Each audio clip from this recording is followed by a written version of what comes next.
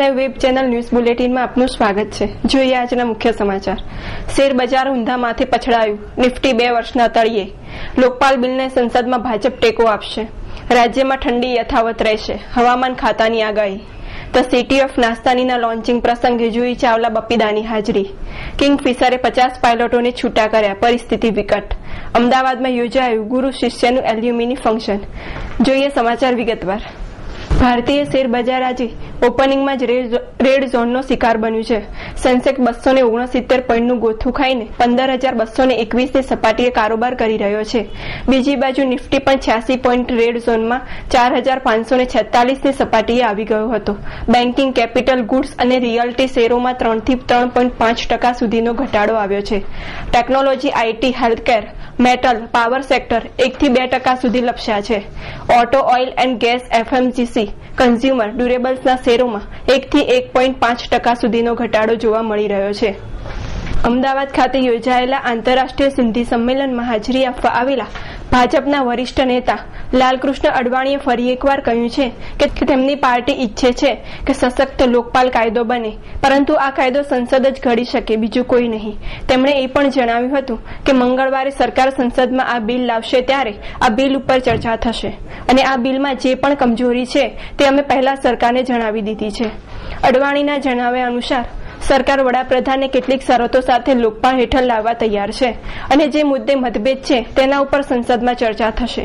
અન્નાના જનલોકપાલ બિલમાં ઘણી ખામી છે, જે અમે તેમની ટીમને પહેલેથી જ જણાવી દીધી હતી, પરંતુ અમે સંસદમાં એક સારું લોકપાલ લાવવા દરેક પ્રયાસ કરીશું। સાથે એવું પણ જણાવ્યું હતું કે ગોટાળાઓને કારણે સરકાર એ સ્થિતિમાં નથી કે ઝડપી અને ઠોસ નિર્ણય લઈ શકે। શિયાળાની ઋતુનું આગમન થતાં તેની અસર જનજીવન ઉપર જોવા મળી રહી છે। ગુજરાતના ગ્રામ્ય તેમજ શહેરી વિસ્તારોમાં ઠંડીથી રાહત મેળવવા માટે ગરમ કપડાં, કાપણી વગેરેનો સહારો લેવામાં આવી રહ્યો છે। રાજ્યમાં સૌથી વધુ ઠંડી નલિયામાં 7.0 ડિગ્રી નોંધાઈ છે। હવામાન વિભાગની આગાહી છે કે અમદાવાદમાં લઘુત્તમ તાપમાન 14 ડિગ્રીની આસપાસ રહેશે। ગુજરાતમાં તમામ જિલ્લા ઉપરાંત કેન્દ્ર શાસિત પ્રદેશ દાદરા નગર હવેલી અને દીવ દમણમાં ઠંડીનું પ્રમાણ યથાવત રહેશે। અમદાવાદમાં મહત્તમ તાપમાન 30 ડિગ્રી અને લઘુત્તમ તાપમાન 14.9 ડિગ્રી નોંધાયું છે।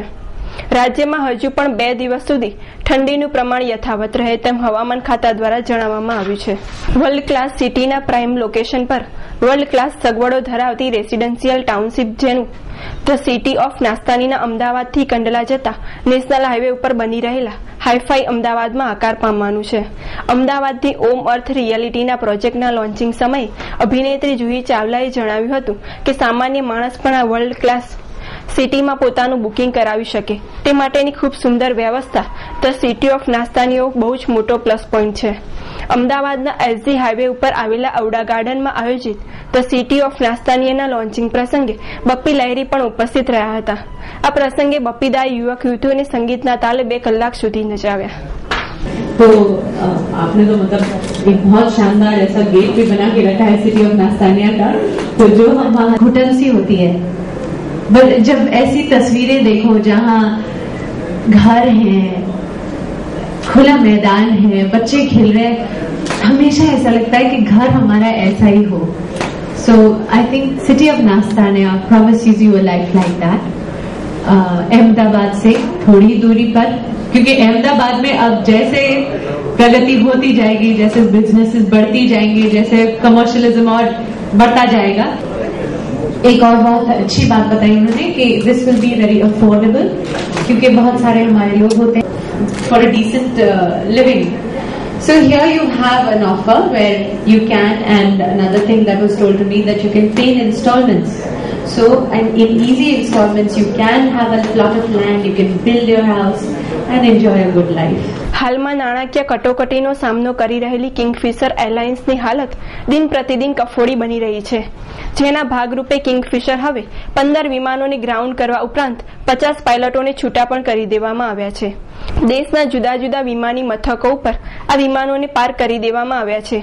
પ્રાપ્ત માહિતી અનુસાર કિંગફિશર આગામી દિવસોમાં આંતરરાષ્ટ્રીય સ્તર સુધીની તેની ફ્લાઇટોમાં કાપ મૂકે તેવી શક્યતા છે, જેમાં સિનિયર અને જુનિયર કેટેગરીના પાયલટોનો સમાવેશ થાય છે। આશરે 140 પાયલટોએ પહેલેથી જ રાજીનામા આપી દીધા છે, જ્યારે 11 પાયલટો પહેલેથી જ કંપની છોડી ચૂક્યા છે। ડિસેમ્બરની શરૂઆત થઈ ચૂકી છે અને તહેવારની ઉજવણી ચાલી રહી છે ત્યારે કિંગફિશરના આ નિર્ણયને ખૂબ જ મહત્વપૂર્ણ ગણવામાં આવે છે. આ નિર્ણય સાબિત કરે છે કે કિંગફિશરની હાલત ભારતીય સંસ્કૃતિમાં ગુરુ શિષ્યના સંબંધને માતા પિતાના સંબંધથી પણ ઊંચું સ્થાન આપવામાં આવ્યું છે. શિષ્યનો હાથ પકડીને ગુરુ જીવન વિકાસના પથ પર તેના માટે રાજપથ તૈયાર કરે છે અને શિષ્ય ગુરુના આ ઋણને અદા કરવા માટે જીવનભર પ્રયત્નશીલ રહે છે. શહેરના ગોકુળ પાર્ટી પ્લોટ ખાતે ગઈકાલે ગુરુને શિષ્યો દ્વારા વિશેષ સન્માન કરી ઋણ અદા કરવામાં આવ્યું.